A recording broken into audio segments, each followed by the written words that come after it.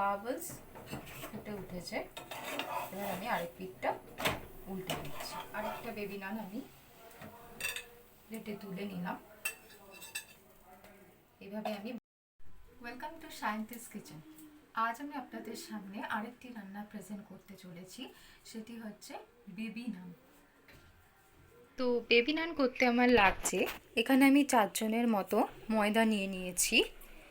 লাগছে মাখার জন্য সাদা তেল, বেকিং সোডা, বেকিং পাউডার, ফেটানো টক দই। এখানে আমি নিয়েছি মাখন আর ধনেপাতার একটা মিশ্রণ, নিয়েছি চিনি, নুন আর মাখার জন্য জল। তো প্রথমে আমি একটা পাত্রের মধ্যে 4 জনের মতো ময়দা নিয়েছি। সেখানে আমি এবার দেব টক দই,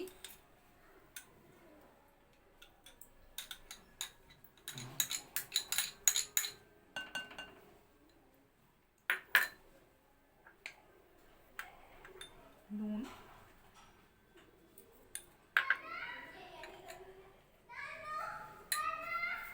চিনি,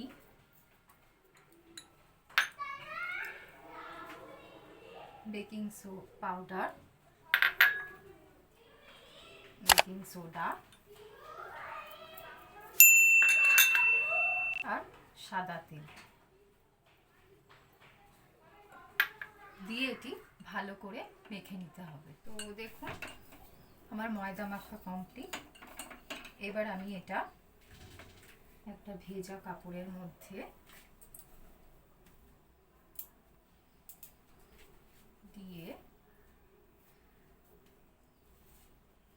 ম্যাক্সিমাম 2 ঘন্টা মতো জড়িয়ে এটাকে রেখে দেবো, তাতে এটা আস্তে যখন আমি খুলে দেখব তখন এটা ফুলে উঠবে। তো আমি এবার ময়দাটা দেখে নেব।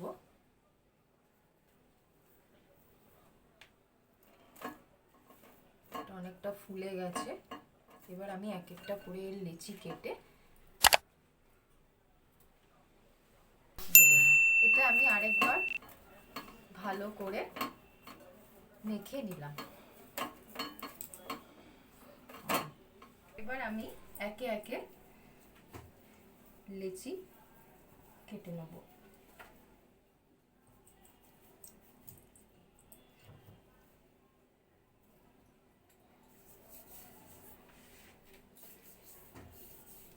এই সাইজের করলাম।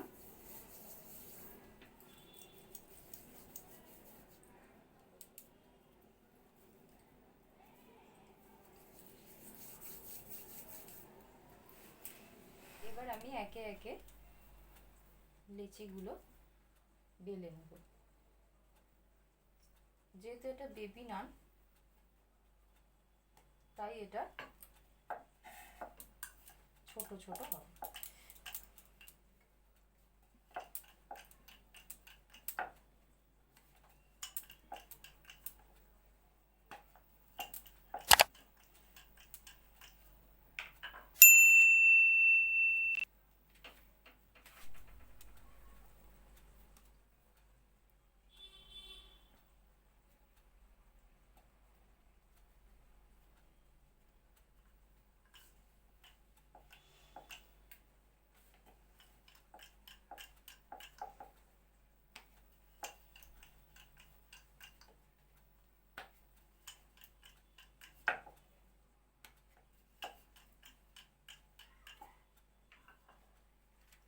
এইভাবে আমি দুটো করে নিলাম।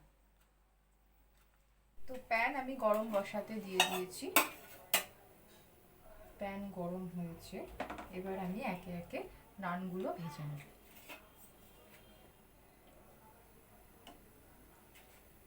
মিডিয়াম ফ্লেমে রাখছি। এক পিঠটা হয়ে গেলে আরেক পিঠটা উল্টে দেবো। দেখুন এর মধ্যে বাবলস ফুটে উঠেছে। এবার আমি আরেক পিঠটা উল্টে দিচ্ছি।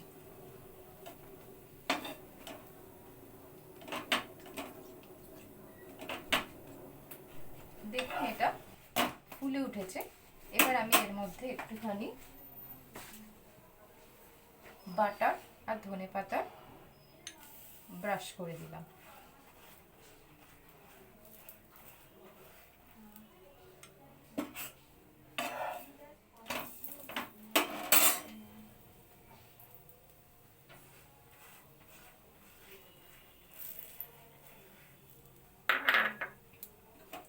এইভাবে একে একে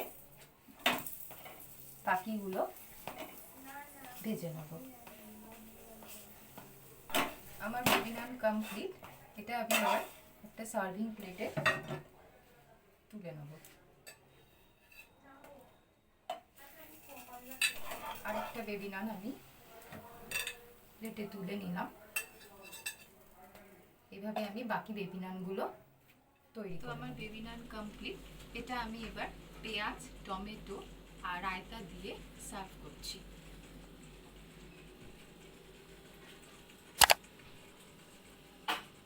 এটা বাড়িতে আপনারা অবশ্যই ট্রাই করবেন। নিরামিষ আলুর দম, চিকেন ভর্তা, যে কোনো আইটেমের সঙ্গে আপনাদের ভালো লাগবে। অবশ্যই ট্রাই করে খেয়ে জানাবেন যে আমার রান্নাটি কেমন লাগলো। যদি ভালো লেগে থাকে তাহলে অবশ্যই লাইক, শেয়ার আর সাবস্ক্রাইব করতে ভুলবেন না।